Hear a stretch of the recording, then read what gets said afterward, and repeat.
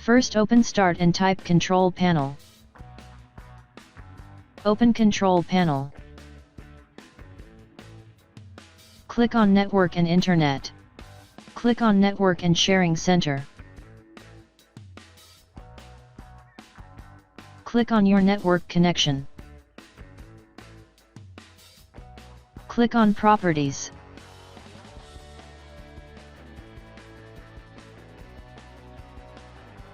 Click on Configure. Open Power Management tab. Uncheck it. Now open Advanced tab.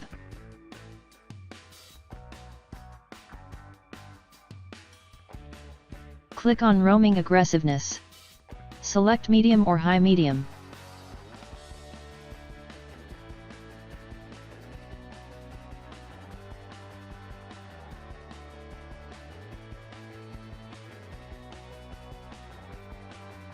Click on Fat Channel Intolerant.